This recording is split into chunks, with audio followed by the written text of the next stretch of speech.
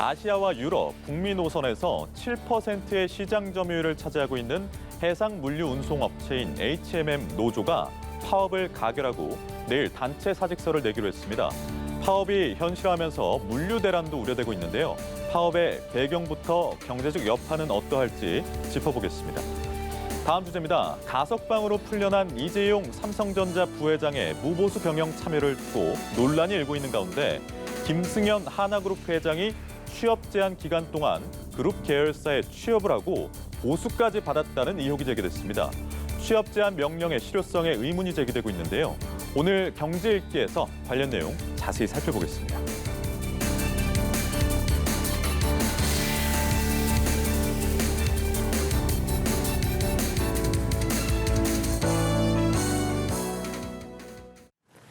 네, 오늘도 김대호 박사와 함께하겠습니다. 네, 안녕하세요. 네, 반갑습니다.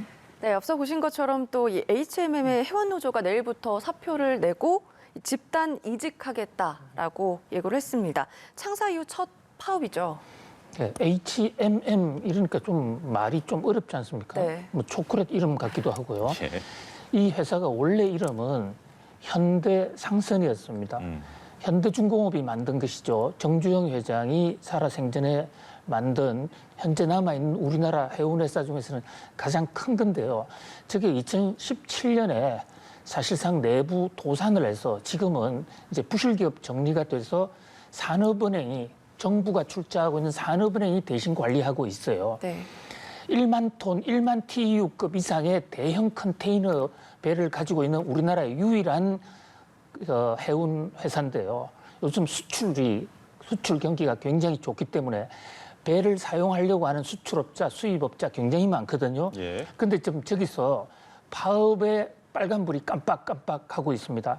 지금 HMM이라는 그러니까 현대 상선해운, 현대 마린 머찬트 저 회사에 노조가 두 개가 있어요. 하나는 해원, 바다에서 돌아다니는 사람들, 주로 선원들이 중심이죠. 이걸 해원 노조라고 그러는데 저기서 찬성률 92.1%로 파업이 결의가 됐습니다.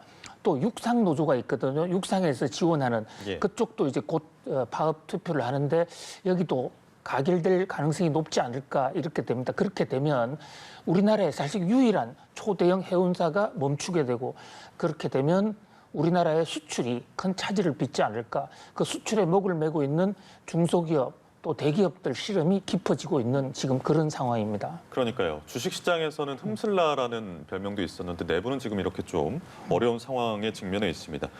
말씀하신 것처럼 물류 대란을 우려하는 목소리가 나오고 있습니다. 그렇습니다. 예. 주식시장의 흠슬라 아주 좋은 지적이신데요. 이 원래 주가가 요즘 최근 들어서 주가가 가장 많이 오른 회사 하면 일론 머스크가 꾸려가고 있는 테슬라라는 회사. 예. 그래서 이 테슬라라는 회사가 1000포인트 이상 올랐다고 해서 테슬라 별명이 천슬라가 됐거든요. 예, 예. 그래서 우리나라에는 테슬라 못지않게 주가가 오르는 종목이 있다. 이래서 흠슬라, HMM을 그냥 우리식으로 읽으면 흠 이래 되는데 그렇죠. 그렇게는 잘 발음하지 않아요. 근데 그냥 우리나라는 그냥 HMM이라고 하는데 어쨌든 이 주가가 그렇게 올랐다는 얘기는 그만큼 요즘 경기가 좋았다는 얘기거든요. 보통 회사가 좋아지면 노조도 좋고 오너도 좋고 소비자도 좋은 이런 윈윈윈 프로그램이 작동을 하는데 HMM이라는 우리 현대상선에서는 지금 노조와 사주 간에 사주는 산업은행입니다. 산업은행 간의 갈등이 아주 지금 첨예하게 대립이 되고 있거든요. 더더군다나 지금 이 HMM 해운 노조에서는 이번에 만약에 타결이 잘 안 되면 다른 회사로 다 옮겨버리겠다. 이렇게 주장하고 있어. 그게 좀 문제고요. 또 하나는 지금 노조와 사측의 갈등폭이 너무 큽니다. 노조는 임금 25% 올라달라. 사측은 양보해서 8% 이상은 불가하다. 그래서 성과급에서 노조는 1200%, 사측은 뭐 300에서 200%. 과연 갈등이 해소될 수 있을지 차이가 크네요. 매우 걱정되는 상황입니다. 물류 대란에 대한 이야기도 좀 그렇습니다. 지금 우리나라는 삼면이 바다로 되어 있지 않습니까? 사실 북쪽이 막혀 있기 때문에 우리나라는 섬보다도 더한 사실은 해운 의존도가 훨씬 높은 나라예요. 근데 공교롭게도 4년 전에 우리나라의 양대 초대운 해운 회사 중에 하나인 한진해운, 그것이 대한항공 계열이었는데요. 그 한진해운이 망했습니다. 망해서 지금은 흔적도 없이 사라져 버렸습니다. 그러다 보니까 현재 반토막으로 줄어든 상태죠. 아시다시피 우리나라는 무역 의존도가 세계에서 가장 높은 나라고 무역으로 먹고 살아가고 있다 해도 과언이 아닙니다. 그렇다면 우리나라의 수출입을 해소하기 위해서라도 우리나라의 해운회사가 있어야 되고 또 우리나라 해운 물량뿐만 아니라 다른 나라 물량도 우리가 과거에 움직이면서 해운 대국을 이루어왔고 그것이 한국 경제 성장에 큰 기반이 되는데 지금 가뜩이나 하나 없어진 상태에서 한진해운이 폭망해 있는 상태에서 유일하게 하나 남은 초대형 회사 HMM마저 발이 묶인다면 특히 지금 해운 노조가 저는 지금 다른 해운사로 전부 이직을 해버리겠다라고 지금 발표하고 있거든요. 예. 이 지중해 해운사라고 하는 스위스 해운사로 다 가게 되면 한꺼번에 셧다운이 되면 그야말로 물류 대란이 일어날 수가 있습니다. 물론 다른 나라 해운사를 이용할 수도 있고 중소 해운사를 이용할 수도 있지만 새 계약을 맺으려면 또 한두 달, 뭐 경우에 따라서는 6개월 이상 걸리거든요. 국가적인 경제 어떤 물류에 큰 블랙홀이 생길 수 있는 짝깍짝깍 좀 위기가 다가오고 있습니다. 네, 이 파업에 따른 물류 대란 위기감이 커지면 아무래도 말씀해 주신 것처럼 최대 주주인 산업은행이 조금 책임을 져야 되지 않나 그런 생각이 드는데요. 어떻게 나서야 된다고 생각을 하시는지요? 예, 지금 이 HMM의 주주가 말씀 올린 대로 산업은행입니다. 근데 네. 산업은행은 국민의 세금 가지고 운영하고 있는 사실 국민 기업이에요. 그런데 산업은행 측에서는 지금 HMM이라는 회사가 올해 주가도 많이 오르고 매우 실적이 좋지만 그동안 수년간 6년 이상 계속 적자가 되어 왔고 아직도 지금 부채가 훨씬 더 많은 회사예요. 이 돈을 갚으려면 지금 그렇게 흥청망청 쓸 수 없다.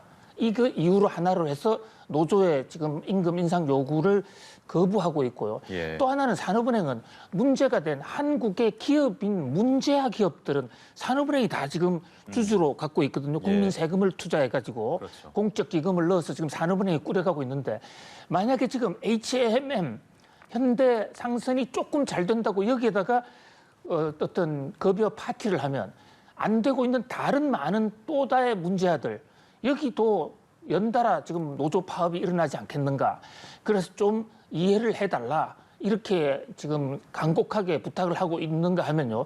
노조 입장에서는 우리 6년간 인건비 한 푼도 안 올랐다. 지금 옆에 있는 다른 해운사로 옮기면 급여가 2배 이상 오르는데 왜 HMM만 우리를 노예로 묶어두느냐. 그래서 양측 주장이 상당히 지금 팽팽하게 맞서고 있습니다. 그래서 이럴 때는 임금 협상을 뭐 일시적으로 경영 성과하고 연동해서 일시적 연동제를 하든지 또는 정부도 좀 개입을 해서 양쪽 요구를 좀 들어줘야 되는 그런 국가적인 어떤 비상 상황이 아닌가 이런 생각이 듭니다. 예, 협의의 여지가 아직까지는 좀 남아 있으니까 극적으로 좀 타결됐다는 소식을 전해드릴 수 있기를 바랍니다. 이 내용도 좀 보겠습니다. 이재용 삼성전자 부회장의 경영 행보를 두고 박범계 법무부 장관이요. 취업 제한을 어긴 게 아니다라는 취지의 견해를 밝혔는데 이에 대해서 설왕설래가 좀 있는 것 같습니다. 이제 이재용 삼성전자 부회장이 가석방으로 나왔습니다. 그런데 가석방으로 나온 이후에도 법리적인 논쟁으로 인해서 재계가 상당히 시끄럽고 지금 법조계도 흔들흔들 하고 있는데요. 예. 한쪽에서는 이재용 부회장은 회사 나가면 안 된다. 왜냐하면 현재 특정경제가중처벌법에 제안을 받아가지고 이재용 부회장이 구속 또 유죄 판결을 받았다. 그러면 그 법에는 5년간 취업 제한이 돼 있습니다. 예. 회사 나가면 안 된다는 겁니다. 그래서 경실련 등에서 주장하고 있는데요. 여기에 대해서 박범계 장관은 지금 이재용 부회장 취업 제한은 맞는데 현재 이재용 부회장은 삼성전자에 급여를 한 푼도 안 받고 있다. 무보수다. 또 비상임 임원이다. 또 등기도 하지 않았다. 그래서 이거 무비비 3조건이라고 그럽니다. 무보수, 비상임, 또 비등기. 그러니까 이것은 취업을 한 게 아니지 않느냐. 이렇게 해서 회사 출근해도 좋다. 이렇게 얘기하는데 이제 일부 법률 단체에서는 원래 그 특정경제가중처벌법의 취지가 그 엄청난 횡령 사건을 저지른 사람은 그 관련 회사에 취직하지 말라는 법이니까 박범계 장관의 지적이 틀렸다.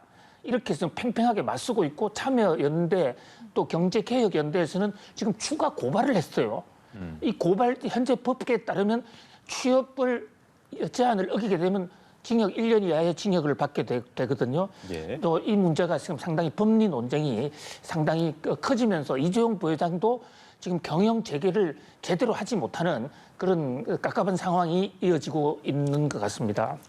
네, 이런 견해가 나오는 건 아무래도 대기업 총수가 이 회사를 상대로 중범죄를 저질렀기에 이후에도 계속 영향력을 행사하는 게 옳지 않다 그런 생각 때문에 나온 것 같은데 어떻게 보시는지요? 그렇습니다. 구원책이. 지금 경제 관련 범죄 중에서 가장 심각한 범죄를 규정해 놓는 게 특정경제가중처벌법이라는 건데요. 이게 전두환 때인 1983년에 만들어졌습니다.